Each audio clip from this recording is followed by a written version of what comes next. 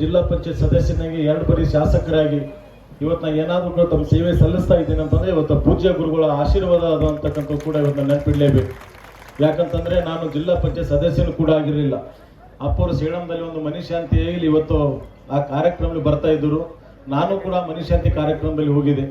ಅಪ್ಪರು ದರ್ಶನ ತೊಗೊಂಡಿದಾಗ ಹೇಳಿದರು, ಇನ್ನು ಮುಂದೆ ಜಿಲ್ಲಾ ಪಂಚಾಯತ್ ಎಲೆಕ್ಷನ್ 1 ವರ್ಷ ಇತ್ತು. ಇವತ್ತು ಹೇಳಿದ್ರು ಮುಂದಿನ ದಿನಗಳಲ್ಲಿ ಅಷ್ಟೇ ಒಳ್ಳೆ ಸ್ಥಾನಮಾನ ತಗೊಂಡು ನೀವು ದರ್ಶನ ಬಾ ಅಂತಕ್ಕಂಥದ್ದು ಕೂಡ ನನಗೆ ಆಶೀರ್ವಾದ ಮಾಡಿದರು. ಯಾವತ್ತೂ ಕೂಡ ನಾನು ರಾಜಕಾರಣದಲ್ಲಿ ಆಗಬೇಕು, ಯಾವತ್ತೂ ಕೂಡ ಜಿಲ್ಲಾ ಪಂಚಾಯತ್ ಸದಸ್ಯನಾಗಬೇಕು, ಶಾಸಕನಾಗಬೇಕಂತೇಳಿ ಯಾವತ್ತೂ ಕೂಡ ಈ ವೇದಿಕೆ ಮುಖಾಂತರ ಹೇಳಕ್ಕೆ ಬಯಸ್ತಿದ್ದೀನಿ. ಯಾವತ್ತೂ ಕೂಡ ಕನಸು ಕೂಡ ಕಂಡಿರಲಿಲ್ಲ. ಆದರೆ ಇವತ್ತು ಪೂಜ್ಯ ಗುರುಗಳ ಆಶೀರ್ವಾದದಿಂದ ಜಿಲ್ಲಾ ಪಂಚಾಯತ್ ಸದಸ್ಯನಾಗಿ ಆ ಹಾರ್ಕುಂಡ್ ಮಠಕ್ಕೆ ನಂದು ಅಪ್ಪರ ದರ್ಶನಕ್ಕೆ ಹೋಗಿದಾಗ ಇನ್ನೊಂದು ಮಾತೇನು ಹೇಳಿರಂತಂದ್ರೆ, ಇವತ್ತು ಕುದ್ಮೂಳು ಗ್ರಾಮದಲ್ಲಿ ಹನುಮಾನ್ ದೇವಸ್ಥಾನ ಗುಡಿ ಉದ್ಘಾಟನೆ ಆಯ್ತು. ಆ ಉದ್ಘಾಟನೆ ಕಾರ್ಯಕ್ರಮ ನಾನು ಕೂಡ ಹೋಗ್ತಾ ಇದ್ದೆ. ಅಪ್ಪರ ಉದ್ಘಾಟನೆ ಮುಗಿಸ್ಕೊಂಡು ಎದುರು ಬರ್ತಾ ಇದ್ರು. ನಾನು ನೋಡಿ ಅಪ್ಪರ ಕೈ ಮೇಲೆ ಗಾಡಿ ನಿಂದಿರಿಸಿ ಆಶೀರ್ವಾದ ಮಾಡಿದ್ರು. ಮುಂದಿನ ಇದಕ್ಕಿಂತ ಹೆಚ್ಚು ಸ್ಥಾನಮಾನ ತೊಗೊಂಡು ಬರ್ತಂದ್ರೆ ಮುಂದೆ ಒಂದು ವರ್ಷದಲ್ಲಿ MLA ಎಲೆಕ್ಷನ್ ಇತ್ತು. ಅಪ್ಪರ ಆಶೀರ್ವಾದ ಟಿಕೆಟು ಕೂಡ ಸಿಕ್ತು. ಮತ್ತು ಆ ಕ್ಷೇತ್ರದ ಗ್ರಾಮೀಣ ಕ್ಷೇತ್ರದಲ್ಲಿ ಶಾಸಕನಾಗಬೇಕಾದ್ರೆ ಪೂಜ್ಯ ಗುರುಗಳ ಆಶೀರ್ವಾದ ಅದಂತಕ್ಕಂಥದ್ದು ಕೂಡ ಇವತ್ತು ನಾವು ನೆನಪುಲೇಬೇಕಾಗ್ತದೆ.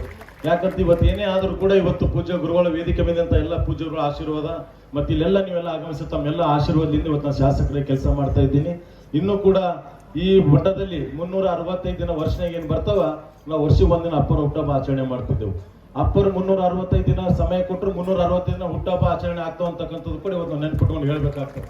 ಯಾಕಂತಂದ್ರೆ ಯಾವತ್ತು ಇದು ಕಾರ್ಯಕ್ರಮ ಮುಗಿದಿರಲ್ಲ, ಮುಂದಿನ ವರ್ಷ ಎಲ್ಲಿ ಬರ್ತಡೇ ಮಾಡ್ಬೇಕಂತಕ್ಕಂಥ ಕೂಡ ಜನ ವೇಟಿಂಗ್ದಾಗ ಕುಂತಿರ್ತಾರೆ. ನನ್ನ ಬಳಿ ಮಾಡ್ತೀನಿ, ನಿಂಬಲ್ಲಿ ಮಾಡ್ತೀನಿ ಅಂತಕ್ಕಂಥದ್ದು ಕೂಡ ಯಾವತ್ತೂ ಕೂಡ ಅಪ್ಪರ ಹಾರ್ಕುಂಡ್ ಮಠದಲ್ಲಿ ಇವತ್ತು ಅನ್ನದಾಸರಿಗೆ ಯಾವುದೇ ಜಾತಿ ಧರ್ಮ ಇಲ್ಲೇ ಇಲ್ಲ. ಒಟ್ಟೆ ಯಾವುದೇ ಜಾತಿದವ್ರು ಯಾವುದೇ ಧರ್ಮದವ್ರು ಹೋಲಿ ಎಲ್ಲರಿಗೂ ಒಂದೇ ಸಮಾನಲ್ಲಿ ನಾನು ನೋಡ್ತಂತಂದು ಯಾವ್ದು ಮಠ ಇದ್ರು ಹಾರ್ಕುಂಡ್ ಮಠ ಅಂತಕ್ಕಂಥದ್ದು ಕೂಡ ಇವತ್ತು ನಾವು ನೆನ್ಪಿಟ್ಕೊಳ್ಳೇಬೇಕು. ಇವತ್ತಿನ ದಿನ ಈ ಕಾರ್ಯಕ್ರಮದಲ್ಲಿ ಶಿವರಾಜ್ ಪಾಟೀಲ್ ಅವರು ಒಂದು ಕನಸಿತ್ತು, ತಂದೆ ತಾಯಿಯವರ ಈ ಕಾರ್ಯಕ್ರಮದಲ್ಲಿ ಇವತ್ತು ನಾನು ಕೂಡ ಆಗಮಿಸಬೇಕಾಗಿತ್ತು. ತಾಯಿಯವರಿಗಾದ ಕೂಡ ನಾನು ಊರಲ್ಲಿ ಇರಲಿಲ್ಲ. ಆದರೆ ಗೌಡ್ರನ್ನ 100% ಬಂದೇ ಬರ್ತೀನಿ ಅಂತಕ್ಕಂಥದ್ದು ಕೂಡ ಗೌಡ್ರಿಗೆ ಕೂಡ ಹೇಳಿದೆ. ತಾವೆಲ್ಲರೂ ಈ ದೊಡ್ಡ ಸಂಖ್ಯೆಯಲ್ಲಿ ಕೂಡ ಆಗಮಿಸಿದ್ರೆ ಇನ್ನೂ ಕೂಡ ಕಾರ್ಯಕ್ರಮ ಬಹಳಷ್ಟು ಕೂಡ ನಡೆಯೋದಿದೆ.